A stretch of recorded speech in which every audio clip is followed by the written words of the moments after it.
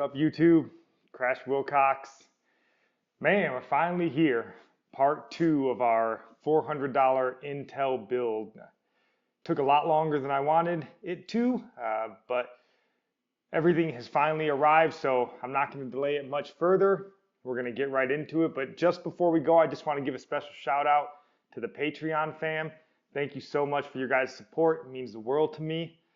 And if you're not a Patreon, for God's sake, what are you waiting for?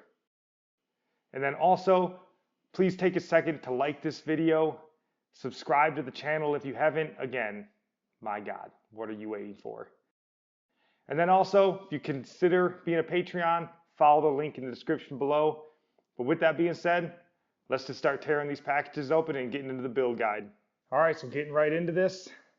Like we always do, let's just get this thing started, getting this motherboard open. That's a good place to always start with your build.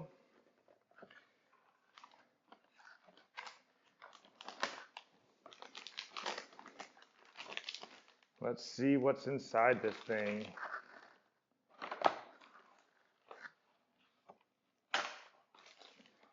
SATA cables, motherboard manual, that'll be important. Some screws, and an I/O shield.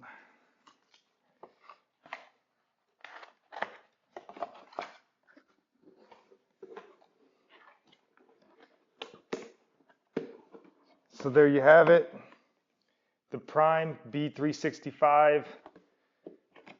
Just a very budget-friendly motherboard. Good for 9th gen Intel, which is what we're using, so should work out pretty well.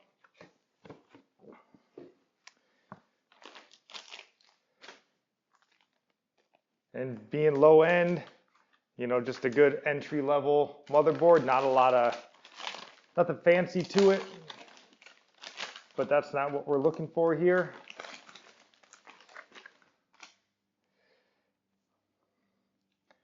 So there you have it.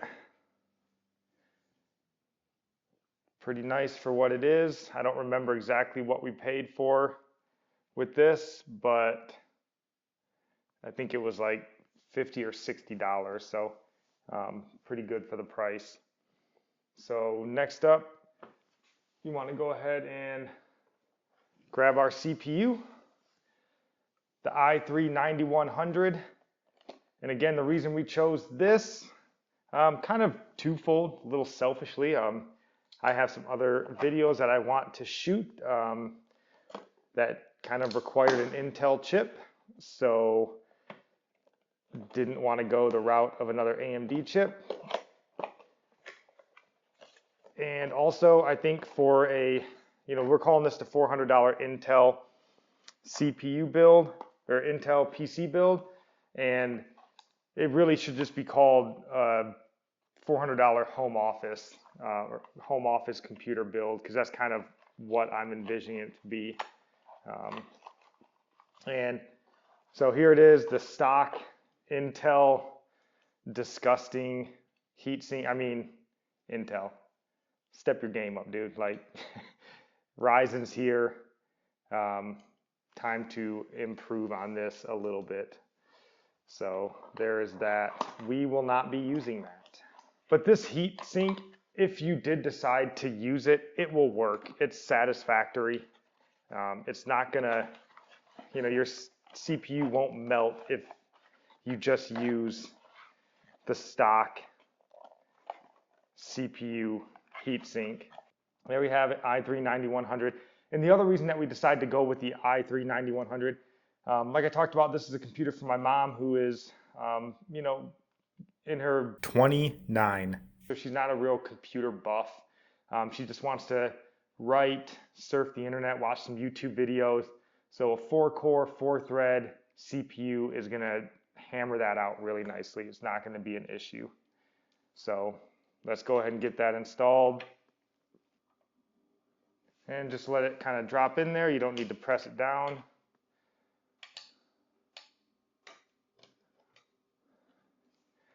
There she is. I'm actually, excited to see the way this CPU works, because You know, when you start getting into computer building and you're watching stuff and researching, you know, it's really easy to convince yourself that, you know, if you need to get, you know, an i9 or a Ryzen 7 or something like this to actually have a good performing computer, when it's just not true. Obviously, there are benefits to those. I have a Ryzen 9. It's a monster of a CPU, and it will be for the next few years. So if you're trying to future-proof and, you know, I'm making videos and doing that sort of thing, so it's important to have all those cores and stuff like that. But for just an everyday use computer, I mean, that is so much overkill for anything that my mom would ever use a computer for. So it's nice to see, you know, actually can talk yourself back into the fact that, like, you know, this is a perfectly good CPU, and we're going to post some benchmarks at the end of this so you guys will be able to see that as well. So next up, we will get the heatsink installed. So as we talked about in part one, not using the stock cooler because it's not good. We are instead using the Thermaltake Gravity i2, which I had mentioned in that part one that this is really what Intel should be using as a stock heatsink. Maybe not necessarily a Thermaltake. I mean, obviously they're going to have a proprietary one, but this is what it should look like. You know, this is, let me grab, this is, I believe, what comes with a Ryzen 5 or maybe a 3, I don't remember, but you know, you can see this is more on par with what, you know, a budget CPU heatsink should look like. So this is what we're going to be using today. And then, as always, when something works, you don't veer from it. Stick with it. I'm going to go ahead and clean off this heatsink because it does come pre-applied with thermal paste, which I'm sure is perfectly fine. But since we still have some Noctua NTH1,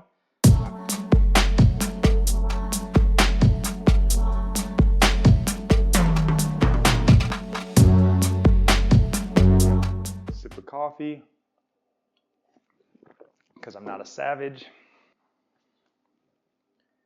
How do we want this to face? So one consideration to make is where your fan cable is and how you plan to route that.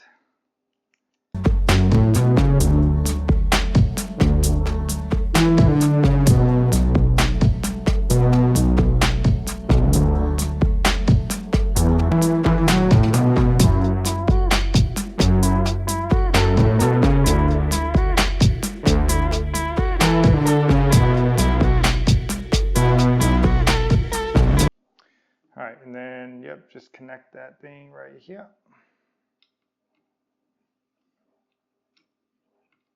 And you can see on the board, it'll tell you it's labeled channel fan 1, or it might say system fan, something like that. Either way. As long as it's a fan, you're doing all right. Tuck that baby out of the way. All right, so the next up, we'll go ahead and throw our RAM in. We are just using one stick of T-Force Vulcan, 8 gigabytes, 3000 megahertz RAM. Now, if this was a gaming computer or something, you would want to probably go with 2 sticks of 4. Really, if you're gaming nowadays, you want to get at least 16. She's not going to be gaming, so a single stick of 8 gigabytes of RAM, more than enough for her. 3000 megahertz is plenty of speed. That's going to perform pretty well. The only thing that you want to make sure of is that you get it in the right channel. So when you're putting a computer together, you're going to have your 4 channels of your DIMM slots there, and you want to make sure that you have them in the right place, whether you're using 1 or 2, whatever it happens to be, and that's where you go to the manual. So for this one, it looks like A1 right here. And then just make sure that you got it lined up appropriately. That looks right.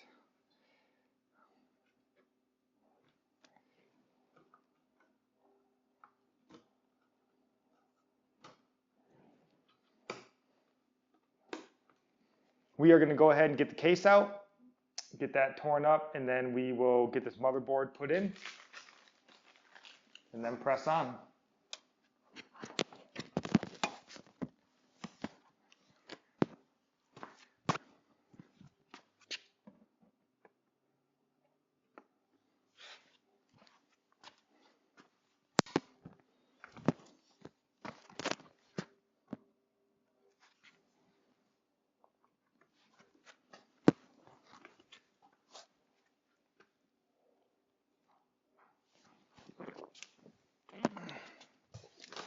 So here we go. Thermaltake Versa H17. Just a really clean, simple looking computer case. Not a lot to it, but like I talked about, she doesn't want the lights, doesn't really want the flash and all that, just a simple looking computer case. And honestly, I think this is actually really nice looking. So there you have it. So yep, comes with the 120 millimeter fan in the front, and that's it. So something to keep in mind if this is a case you decide to go with, it's probably worth buying at least one extra fan. We have one laying around that we're going to throw in here, but it would probably be worthwhile. Again, for this computer, probably not necessary. It's not going to get overly hot, but it wouldn't hurt to have an extra fan in there.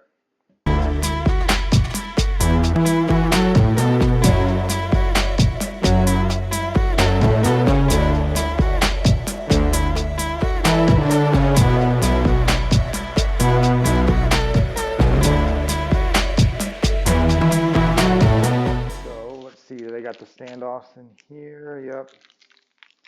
So when it's labeled on the board, mini ITX or micro ATX, we got a micro ATX motherboard. So you just want to follow the numbers on that diagram and line these up accordingly. So micro ATX is all the number 2s.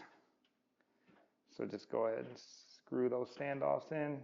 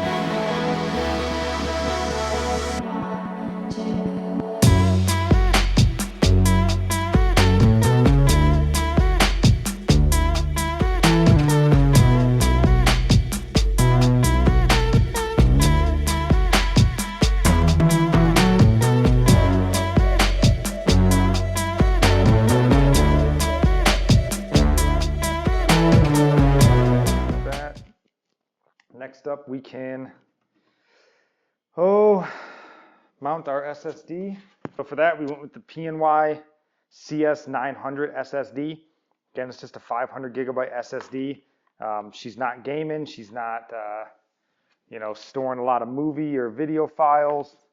So 500 gigabytes is going to be plenty of space for her. But even if she wanted to get more, it gives her room to upgrade. And you know what? That's just a good looking SSD. Kind of fits with this case, just being real simple. SSD is installed. It's clean and out of the way. So next up, we're going to go ahead and throw the battery in. The power supply in. And then, so for the power supply, went with the Thermaltake Smart Series. I have used a Thermaltake Smart Series CPU before, or a PSU before, and they're great budget options. This probably was, I don't know, 40 bucks or something like that. So this one's 80 plus bronze. That's nice. All black cables. So again, won't be a big issue for us in this build because you won't see it, but you never know. It is not modular. It is a non-modular power supply, pretty simple. Nothing fancy, but it will certainly get the job done. 450 watts is going to be more than enough. Not going to have an issue with power here. And the 80 plus bronze will keep it efficient, so that'll be nice. Oh snap, look at this, a little peely.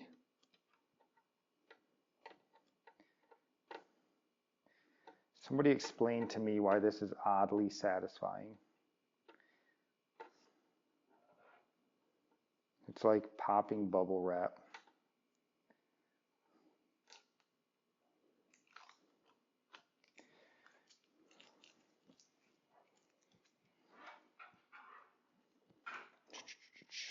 And you want the fan to face down towards the ground, so that way it can suck air up through the bottom and then kick it out through the exhaust.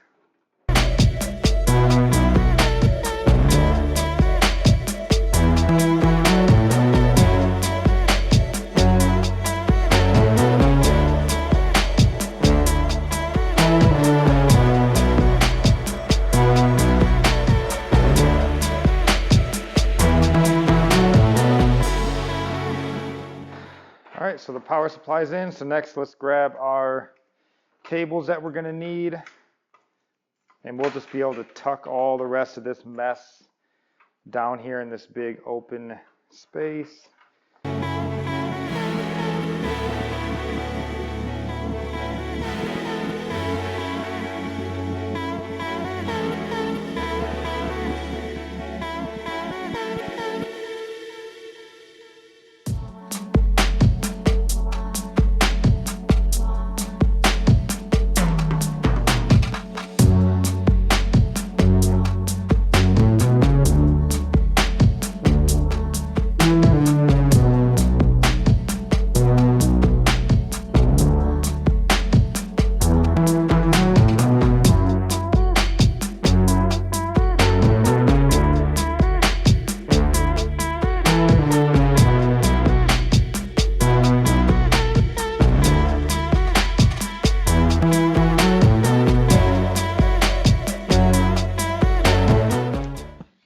Typically, it's a good idea to get the manual out to figure out exactly how to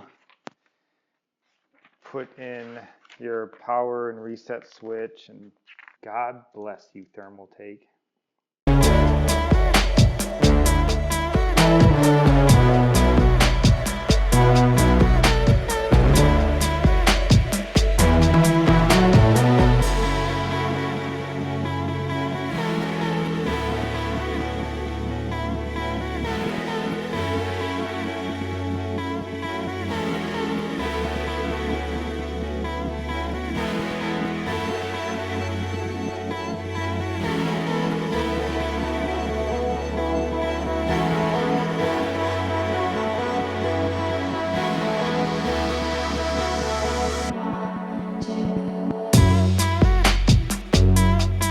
So we're done. Cable management is done, and see if she starts. All right, here we go.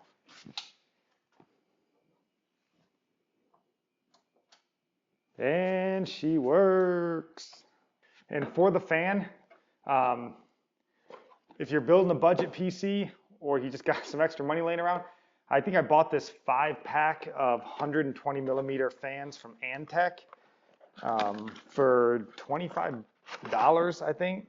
So we'll probably just go here with the fan.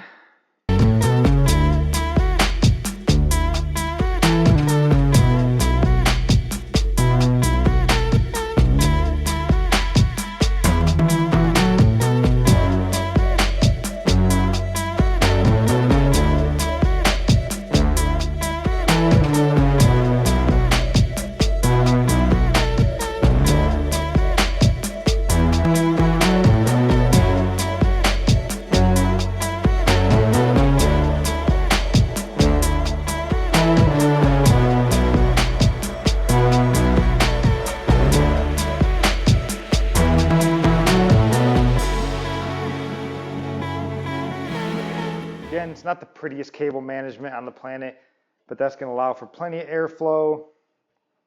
Not a lot going on in here.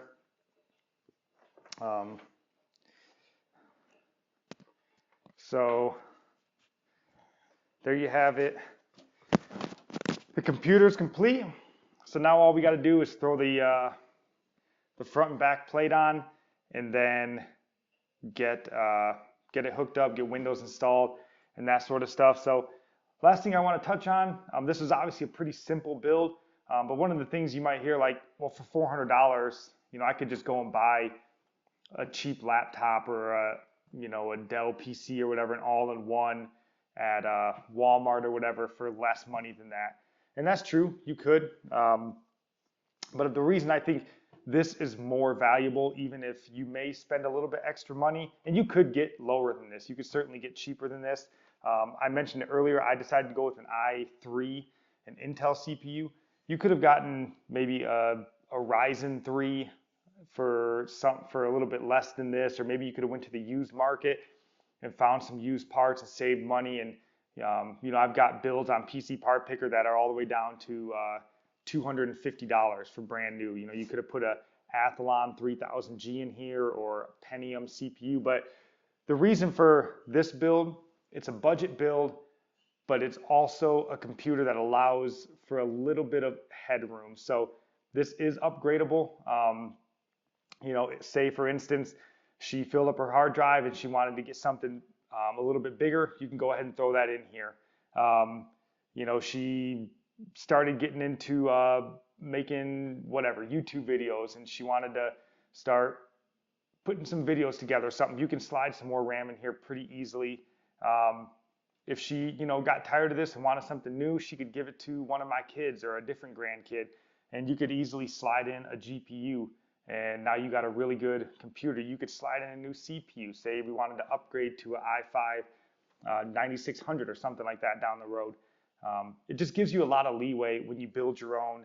This case has plenty of space. A lot of times when you buy some of those cheap Dell, HP type computers, especially all-in-ones, everything in there is proprietary for the most part. Like, you can't just pull out a motherboard and slide a new one in all the time. So it can be a little restrictive. So you may just be in the position where you don't like the Dell computer that you got, you're just gonna have to get a new Dell computer. Whereas this one, you can just move stuff around, slide new components in, or do whatever you want. So it gives you flexibility. So I think that it has a benefit, and I think this is gonna perform well. So now that we have it built, I'm gonna go ahead and get everything hooked up, started up, get Windows 10 in, and just for something for you guys to see, because I put benchmarks in all of my videos, I'm going to throw MSI Afterburner on here. I'm going to probably throw, I don't know, whatever the simplest thing, maybe Fortnite I'll throw on here, and tell my mom to deal with it while I'm playing a game of Fortnite.